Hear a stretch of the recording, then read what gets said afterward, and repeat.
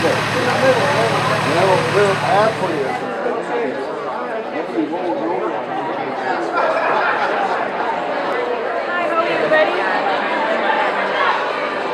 Those are red potatoes. Website to come up. Look at this crowd.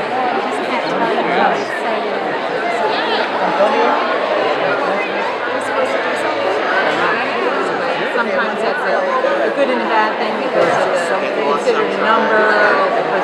Welcome to the Robert Wood Johnson Foundation. Good afternoon. I'm Joe Marx, Senior Communications Officer here at the Foundation, and it is my privilege to welcome you all to the Robert Wood Johnson Foundation 2015 Culture of Health Prize Winning Ceremony.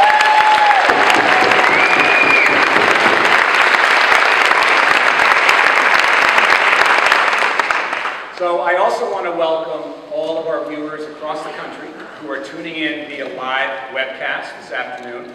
And I ask anyone in the room and also those who are tuning in to use the hashtag Culture of Health, all one word, if you're sharing this wonderful work, these wonderful stories, and this wonderful news about our winners on social media. Again, hashtag Culture of Health. So there's a story about this drum, which actually comes from our Taos Pueblo community. One of the prize winners.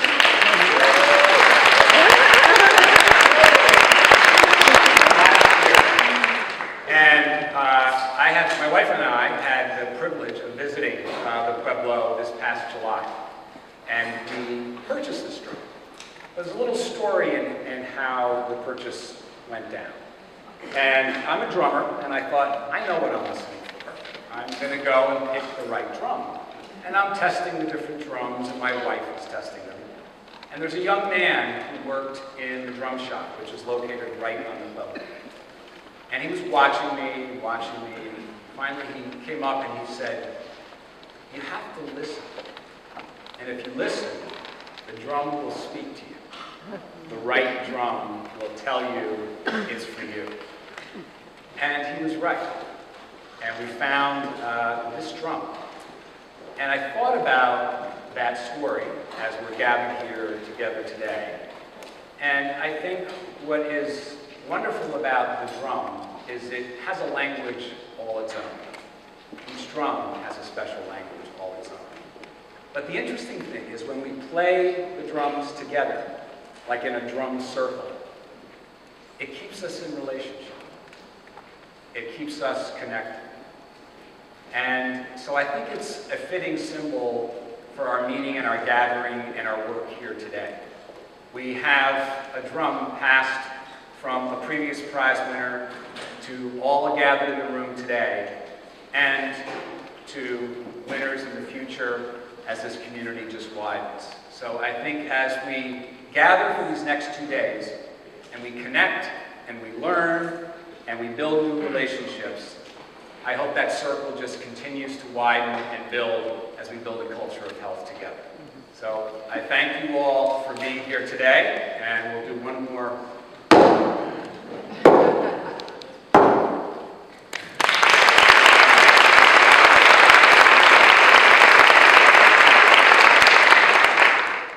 So it's my privilege now to call up to the podium our partner in the prize and our good friend, Julie Williamson.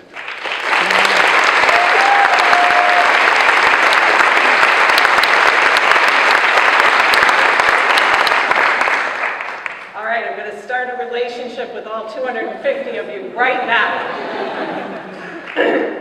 So, building a culture of health is a journey. It's a journey our 8 prize-winning communities have been on for many years. And throughout today, you're going to learn about their journey, you're going to hear it, you're going to see it, you're going to have this opportunity to discuss it with them. And that's really what today is about, celebrating and learning together. These prize-winning communities have also been on a journey for over a year toward the prize.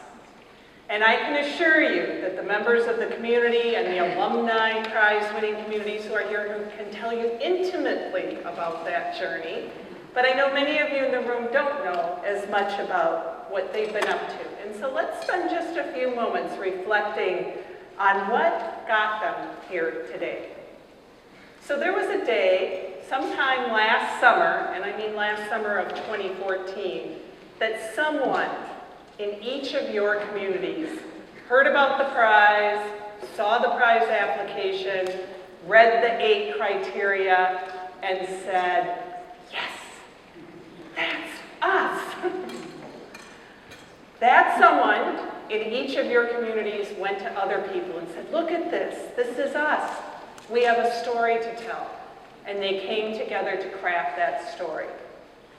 Now, we make it rather difficult for them because in the initial application we say, you can tell us about 4 accomplishments. And let me tell you, in each of these communities, there are far more than 4 accomplishments. But we make them hone in, focus, navigate all the different opinions to produce an application initially with 4 accomplishments. So that was a testimony to your collective vision, your ability to focus, your ability, I'm sure, in many situations to navigate conflict or difference of opinion. But you all did it. And on September 17th of 2014, you hit submit. So when that email arrived in mid-October, notifying you that you were continuing in the competition, I'm pretty sure from Madison, Wisconsin, I heard shouts of joy from 50 communities across the nation and a little dose of trepidation. Because one of the things we ask our communities to do in that second phase is not only tell us more in written word, but make a video for us. And this is new space for lots of communities, but you did it, and on December 10th, you hit submit again. And I just want to say to our prize-winning communities, in case you're wondering, did that video matter? I want you to know it did. That the reviewers looked at those videos, and this year, when they came to the table to talk about who was moving forward, they talked about the videos, they talked about the pictures, they talked about seeing the community, they talked about how engaged people were in your community and the breadth of voices that were there. And clearly, that was represented in the videos. I also want to tell you, they did not talk at all about the production value of them, or the quality. So we mean it when we say, we don't care if you film it on your iPhone. It's really the content. So then the final stage. In early March, you heard you were a finalist, and you had the great privilege of planning a site visit. I have heard from a number of you that planning a site visit is like planning a wedding, except you only get a month to do it. And it is an incredible event for you and for us. There are so many decisions to be made. Which programs, which agencies, which strategies will you feature during that 4-hour community tour? Which 6 leaders of the community will dine with the site visit team?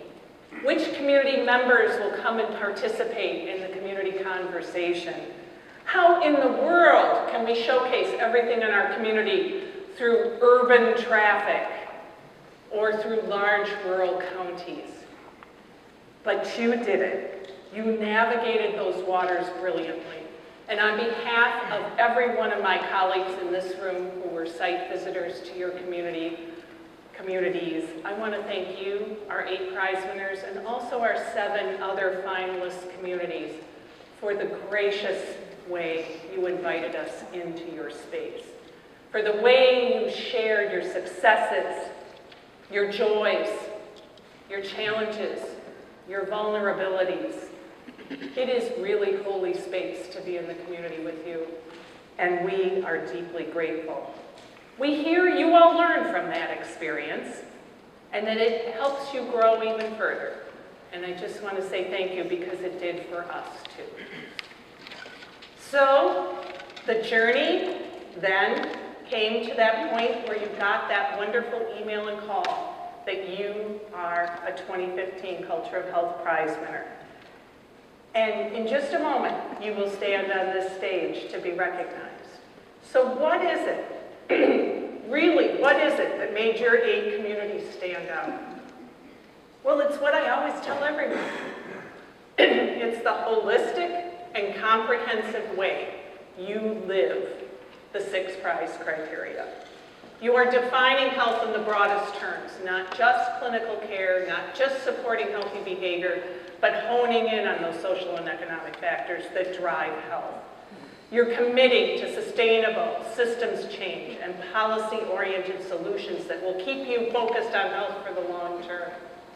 You're cultivating a shared and deeply held belief in the importance of equal opportunity for health for everyone in your community. You're harnessing the collective power of leaders, of community members, of partners. You're securing and making the most of resources, and you're measuring and sharing progress and results. Woven throughout these criteria, your communities are excelling at what the outcomes of a culture of health are.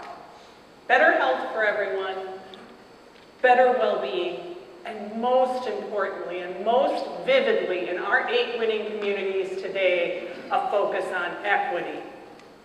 These communities come from places with huge challenges, and they are beacons to us about how you are inclusive, how you include people from the community who are most affected by poor health, by poor economic conditions, by poor educational outcomes. You have and will continue to teach us about how we work with others rather than do to others. And for that, we are eternally, eternally grateful. So, it is your day. We are ready to move on in the celebration, but just a moment before we do, I want to look at everybody else in the audience, here in Princeton and across the web, and remind you that you are members of communities as well, too. So harness the learning of these ambassadors and look inside your own community to think about how you can build a culture of health. And, as just a little reminder, if you go to rwjf.org/prize, you can find the 2016 call for applications and lead the work in your own community to advance their story so your community will be here next year. So thank you 2015 prize winners. We so look forward to learning more and more and more from you. And without further ado, to continue the celebration, I would like to now introduce CEO and President of the Robert Wood Johnson Foundation, Dr. Risa Louise-Morin. Hey, I can't tell you how much we've been looking forward to this day. And so I'll begin with extending just a warm welcome to everyone here. Our guests, of course, the foundation colleagues, those that work in the building, and those like Julie who work in extended places. I want you to know the level of excitement and commitment among those of us at the foundation for this day can't be underestimated. It's been so long in the making, and we are truly excited. But most of all, we are excited to have the partners here with us that are really showing how to build a culture of health. You know, over the last really 2 years now, I've been traveling all around the country talking about a culture of health and how we can build it. And the good news is that everywhere I go, I see evidence that it's starting to happen. Sometimes it's small, sometimes it's big. Let me just give you a small example from my recent travels to Minneapolis. You know, I spend a lot of time in airports, and just the other day, we're walking through the Minneapolis airport, and there was a workstation where you could not only plug in your laptop and your cell phone and charge up, but you could also stand and walk on a treadmill while you did it. Now, can you imagine seeing that in an airport 5 years ago, or or 10 years ago. Now, I know that's a small example of how we're changing towards being a healthier environment, but no one knows better than you that it's those small changes, when they're done with an intention towards a greater accomplishment, that we start to build together a healthier environment where everyone really can reach their potential to lead a healthier life. And no one demonstrates that better than our prize communities. And so let's meet them. I'm going to call your names, and when I do, I want you to stand at your table and remain standing so that you can, and we can, bask in your glory for as long as possible. Bridgeport, Connecticut.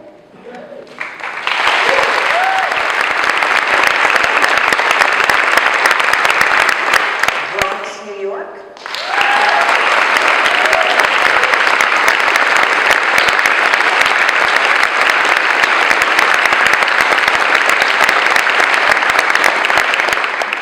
Everett, Massachusetts.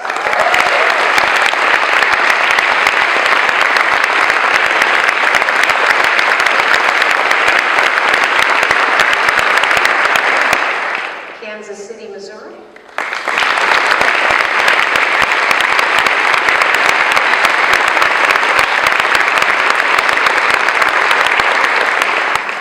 Lawrence, Massachusetts.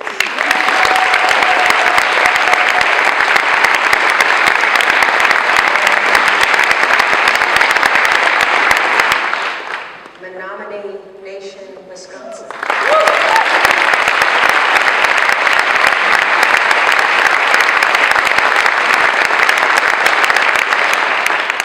Spartanburg County, South Carolina.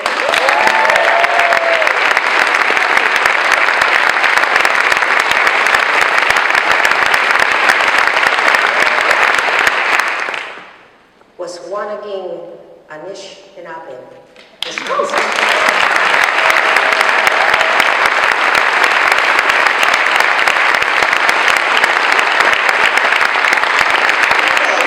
Now, a round of applause for all of them.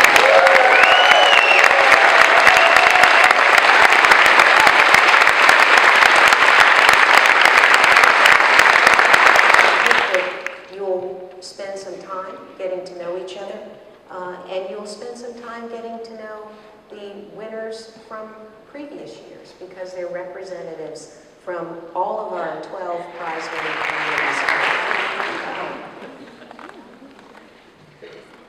Thank you so much to the Robert Wood Johnson Foundation for this award, and also for the encouragement and support that we've gotten over the past few months from the team, and the way that they've respected and really empowered us by putting all of this together, and the video, the written profile. It's been really amazing. It's really validated the work that we've done.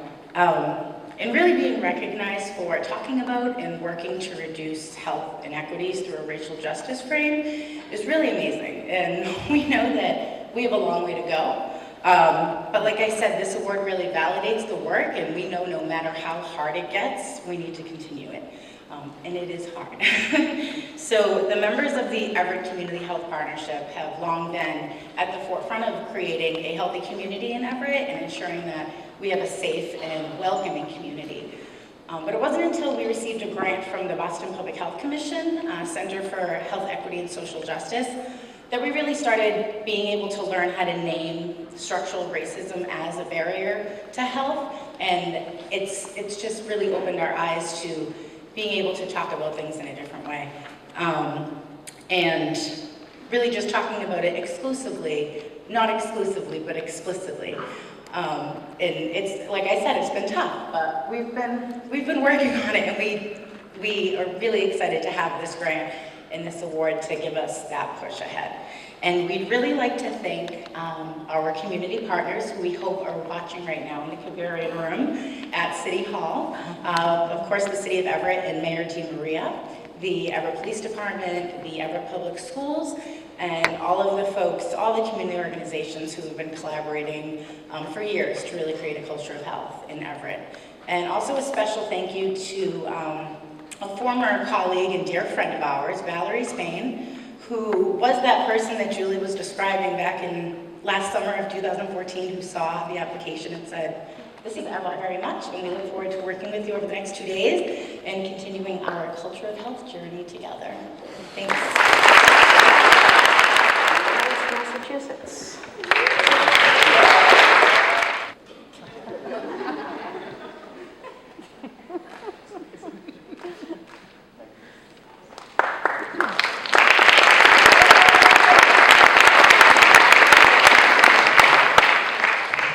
Good afternoon, my name is Dan Rivera. I'm the mayor of the city of Lawrence.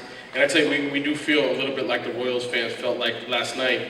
After many innings of fighting in our city to make it a healthy place, it feels good to have won.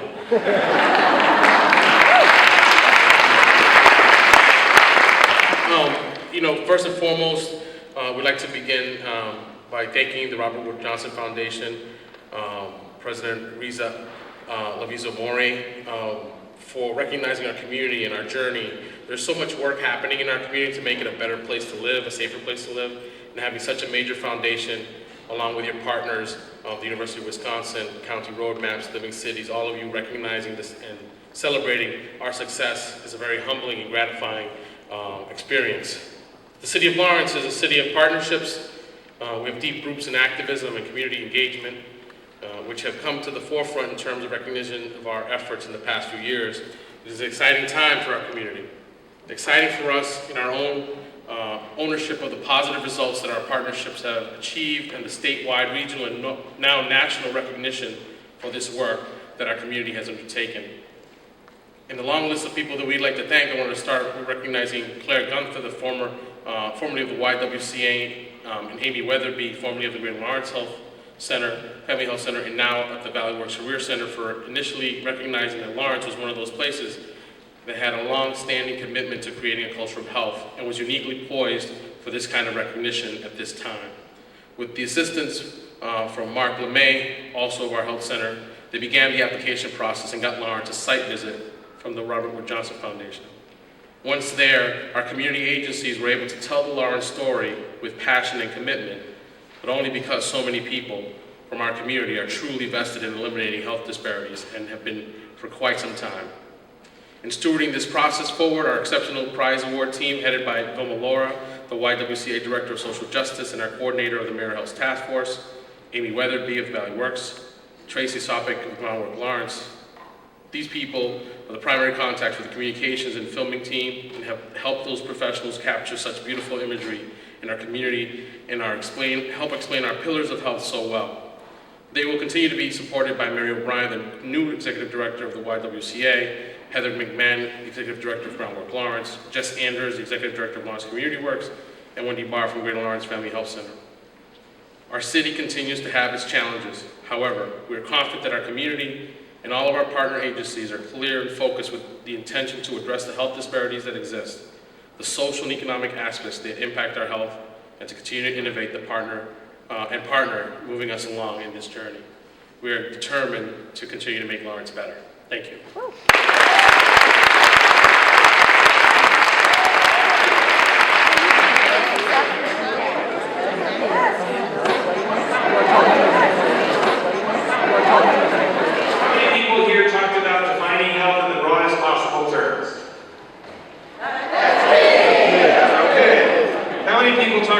Committing to sustainable systems change and policy-oriented long-term solutions. Good.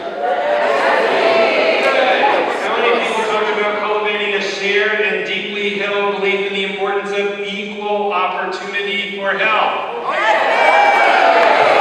Okay. How many people talked about harnessing the collective power of leaders, partners, and community members? Good. Now we're getting that. How many people talked about securing and making the most of available resources? How many people talk about measuring and sharing progress and results? How many people are so tired you didn't stand up? My name is Wendy Garf-Lipp from Fall River, Massachusetts. We're one of the inaugural prize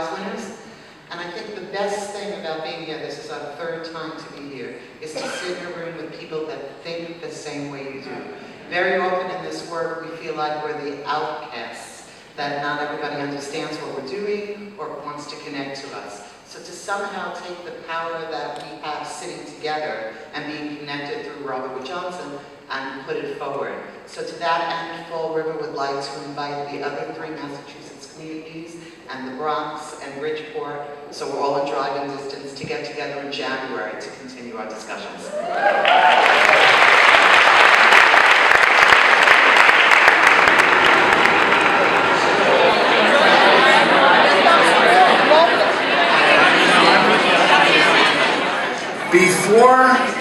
Before you eat, in lieu of a toast, there will be no speeches tonight. Let's applause for that. In lieu of a toast, Richard and I were talking, Richard from Waaswaaganing Anishinaabeg, one of our prize winners. And Richard heard the drum today, and he has a song that I think is a traditional song from the tribe that's about welcoming and about togetherness and moving forward, and Richard would like to perform part of that song. So let's welcome Richard. Giga Zagi Amen. In the way Maganaduk kind of means like, I shall love you, all my relatives. And the way gun, this drum that you say Anishinaabe Odes, the way gun is kind of like the heartbeat of our people. So I'm gonna see if I can honor this song. It's very old, and it's about love and family.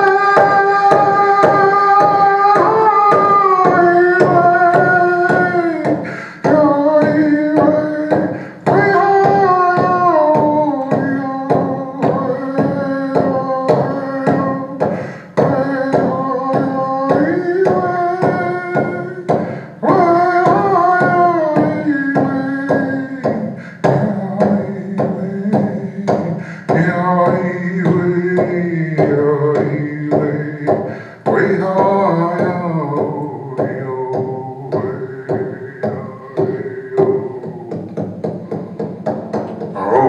bewitch.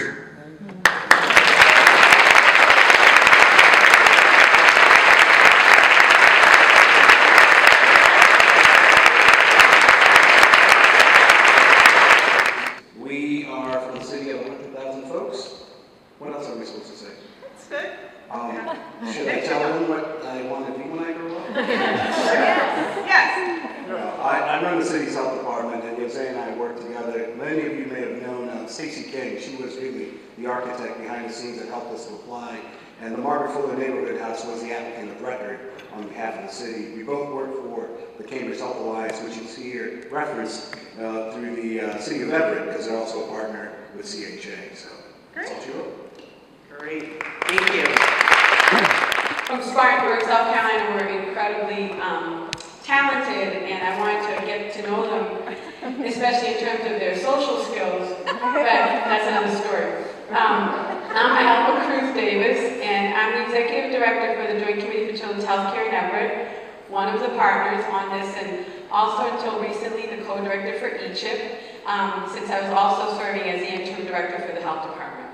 So, moving right along. And I'm so happy to be here. I love the connection and everything that's going on, and we're so grateful to be a part of this. Hi, I'm Kathleen O'Brien, and I coordinate the Everett Community Health Partnership through the Cambridge Health Alliance, Department of Community Health Improvement. I'm Bob Mara. I've been doing healthcare work for 40-so years, lately for the Cambridge Health Alliance. Now I'm doing criminal injustice work, trying to get all those big teaching hospitals in our city and hopefully around the country, including a few systems I met here, like Menominee in Texas, and Duke and others too, and Montefiore, to work together to do something a lot better. They are the biggest private employers in most big cities, and they're not doing too much at the moment. So anyway, and just good things to do, creative things to do in the elevators. We got a new hospital, Boston City Hospital built itself, a new hospital partly by getting Senator Kennedy and our mayor stuck in an elevator. So elevators can be useful.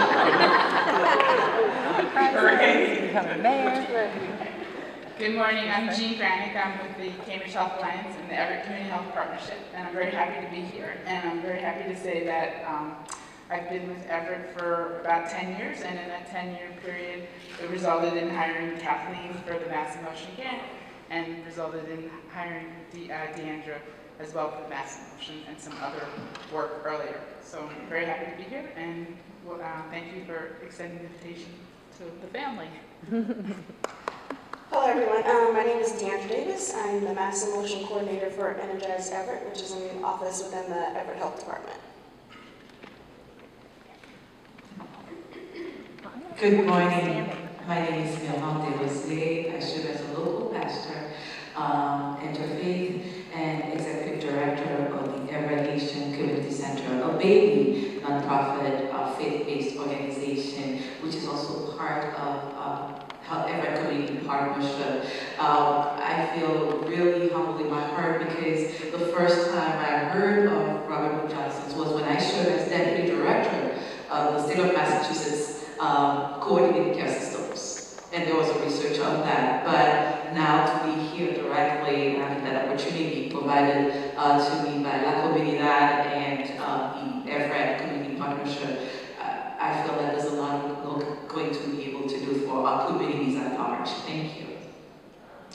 Good morning, everybody. My name is Pedro Antonio Amaya, and I know it's long, but I am the director of La Comunidad Inc., a community-based organization in Everett. We do services, but definitely we have a really strong connection with all the organizations serving doing health.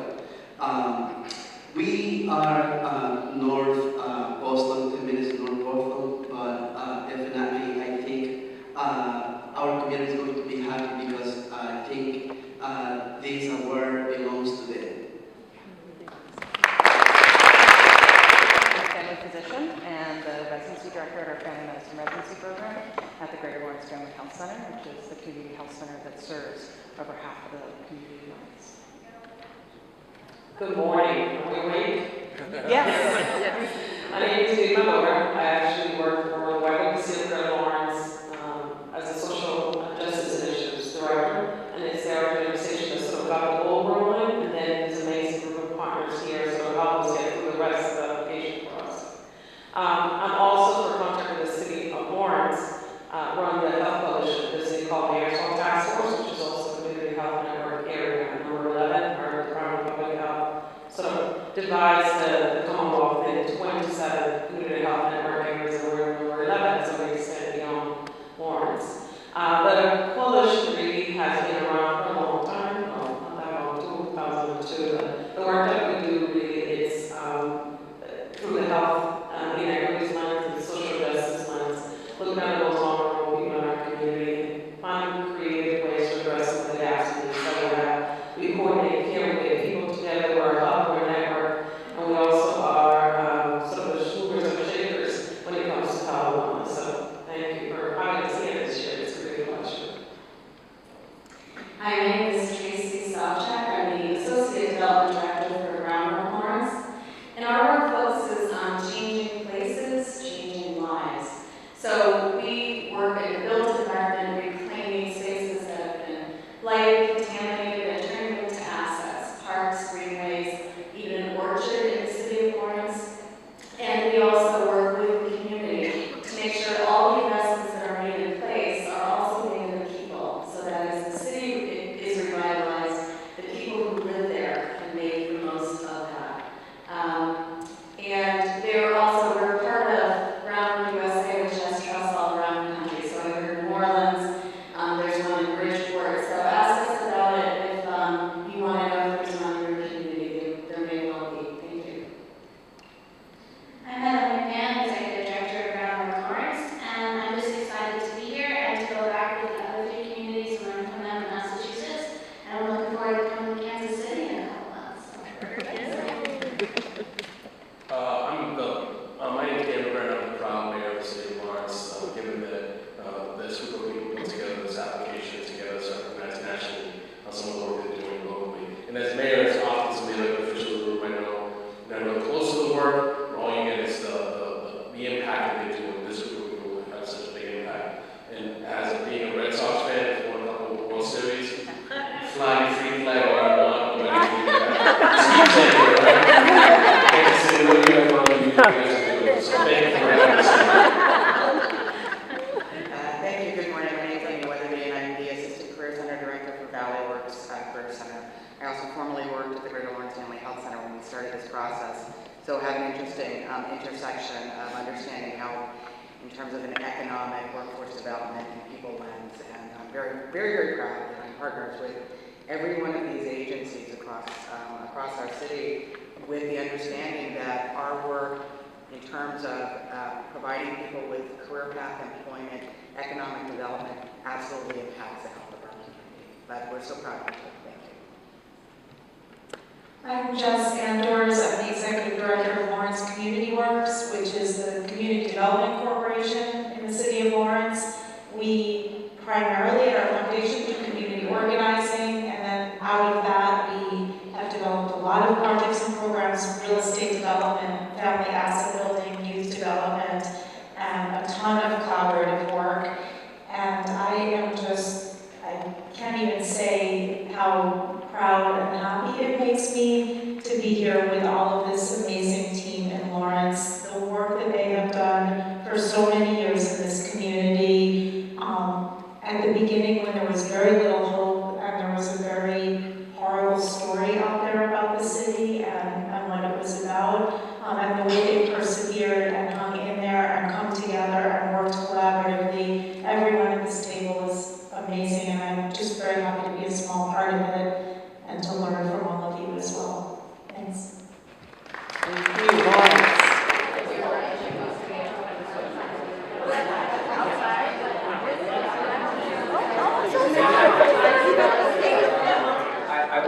I'm going to need some energy here in a moment because there are some folks on the phone that I really want this group to give a lot of love to.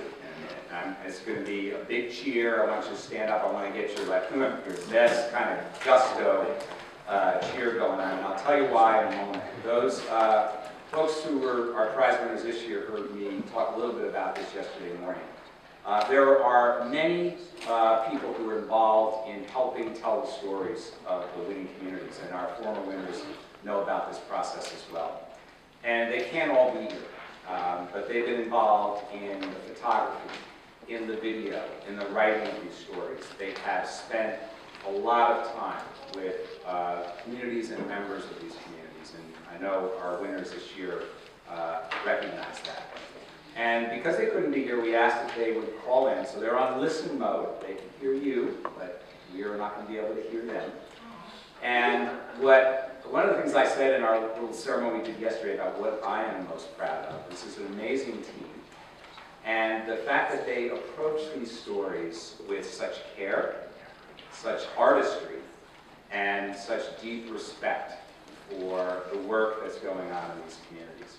And they wish they could be here, but they can't all be here. Some of our RWJF team that's been involved in various aspects of this are here in the room today, so they'll get to hear and feel some of that love. But many more of them are on the phone today calling in. So, I don't have my drum today, but what I would like to do, maybe I'll give you the good old count of 3, and Jerry, you guys don't have a drum back there, right? You can just, all right. So at the count of 3, I just want everybody to stand up, and what do you think? So just like a big, you guys, big cheer with that? 1, 2, 3, culture!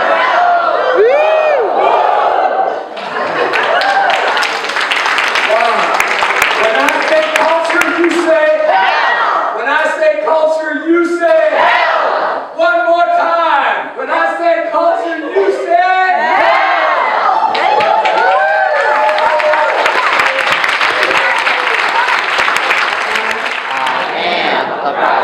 I am a prize winner. I am a prize winner. Can I get a boom shakalaka? Boom shakalaka. Boom shakalaka. Boom shakalaka. Boom shakalaka. Boom shakalaka.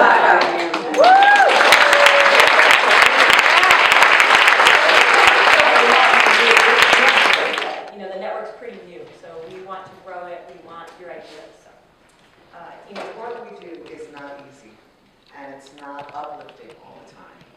When we come here, we tend to celebrate that which is great in our communities, but that's probably a small portion of what we do. Being part of the network, being connected to Robert Wood Johnson, gives us this opportunity for introspection and connection in a way that we don't have anywhere else. To be able to sit opposite someone who has failed in the same way you failed, but still sees the value in continuing forward is very, very powerful. The whole process of applying for the award and putting together the application and bringing together community partners was as if we had this community introspection. We kept on saying over and over again, we're really doing good stuff. This is amazing. We forget sometimes what really brings people to the table and why they continue to stay at the table. So the constant reminder of not just what's going on in our community, but sitting with other people in the network and hearing the successes that they talk about and the failures that they talk about gives us strength to really move forward. I don't know about you, but some days are really depressing in our world. And when I feel that way, I read the newsletter. When I feel that way, I make a call to connect with someone. And sometimes I even go back and look at the video that Dave takes every moment that we are together to remind me that there's something out there that is very, very precious and can change the way I view the work that I do. I think that our quarterly calls have been terrific. There have been a couple of times where a throwaway statement from Spokane, Washington really informed our work and changed the way we did something. And that's amazing that someone just says, oh, by the way, we did this. It was like, oh my God, this is the solution that we have been looking for. And this is the piece of the puzzle that we need to move forward with that. I think that in the work that we do, we don't necessarily celebrate our accomplishments. It's great that you had this 2-day celebration, but I imagine that you don't really celebrate everything we do. It's not really in our nature and the work that we do to say, rah, rah, look at us. but Robert Wood Johnson gives us the opportunity to celebrate the work that we do. And it's good balance to be able to celebrate what you do and to also recognize where you're not succeeding. So I think that that's an important piece that comes into this whole puzzle. I also think that everybody loves a winner. Once we won, there were more people that were willing to come to the collaborative table, because the validity of saying that we were a winner from Robert Wood Johnson's Culture of Health Award Prize, this incredible national prize, was, oh my God, maybe I should hang out with them. And we've always, Fall River has always prided ourselves in saying that we're a very collaborative community, and that we work, most of the things that we do is collaboratively based. Even our prize was awarded to a collaboration, not a backbone organization, not something that's sponsored by a hospital. Our Grateful River Partners for a Healthy Community is made up of representatives from about 30 to 40 different organizations in the city, and that's the way we apply. We don't have an office, we don't have staff, it's a volunteer-based organization. So that benefit of collaboration is great, and the benefit of hooking into your collaboration is great. Because not only am I talking to Susan, but I am talking to the community of Santa Cruz. And that's so powerful. I'm not getting one person's perspective on what's going on. I'm getting a much more global world perspective of what's going on. I did want to take a minute to address the prize money and what we're doing with it. So we spent a very small amount of money on a community celebration. And that was more of a whimper than a bang, which was disappointing but not surprising in our community. But we put aside the bulk of the money because we're interested. We've been looking for ways to work with our alternative high school to help them set up some kind of sustainable business plan. So we began looking first at the potential of running a coffee shop. We know that culinary arts is very Corey friendly, and we thought that'd be great, and came up against a tremendous amount of regulations and problems that we couldn't overcome, but have now settled on a screen printing business to print t-shirts. So right now we're pretty far along the path, and the leadership in the alternative high school has changed, so we've taken a few steps back, but we're going to continue to go forward. This will involve the youth being able to leverage additional funding in the community, to work with business people in the community to create a work plan. We already have commitments from agencies who will buy t-shirts from the youth once they begin printing them. And this will take this $25,000 and perhaps change the lives of hundreds of youth in the city of Fall River. We could never have done that without Robert Wood Johnson. So I urge you to find a way to connect. I know that I'm one of the few people that don't put the camera on when we're talking. I think everybody thinks I don't have a camera on my computer. Because I do find that it's a big time commitment. So I find something to do with my hands while I'm listening and talking. And I think that's a good way to be connected as well. But I also feel that just the opportunity to know that I could pick up a phone and talk to somebody from any of the communities is terrific. We are very serious in Fall River about bringing those communities together. Is the map still up? When you look at the map, you can see how close our 6 communities are. The 4 in Massachusetts, the 1 in Bridgeport, Connecticut, and the Bronx. If we were to meet in New Haven, it'd be a 2.5-hour ride for everybody. And wouldn't that be amazing?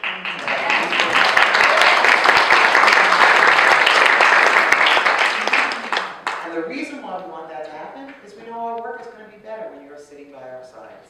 So we thank you for everything that Robert Johnson provides for us and everything that you bring to the table to change the way we feel about our work, to change the work that we're able to do, and to move us forward into the future. Thank you. But then, Stacey and I looked at each other and said, oh my gosh, but we can't say anything. It needs, really, I can't say enough, Eddie Jerome. I know that there's this incredible team at the University of Wisconsin, folks that really made it easier for us on the ground. So in the end, where we are now is that we're going through one of the processes of becoming an accredited local health department. So we remind our partners, hey, remember all that fun you had with site visits and bike rides and all that stuff? Well, guess what? We've got a heavier lift and a much more enriching experience going through and setting the course for the city and identifying the priorities for the next 5 years, the health priorities. So 3 weeks from now, we have taken a page out of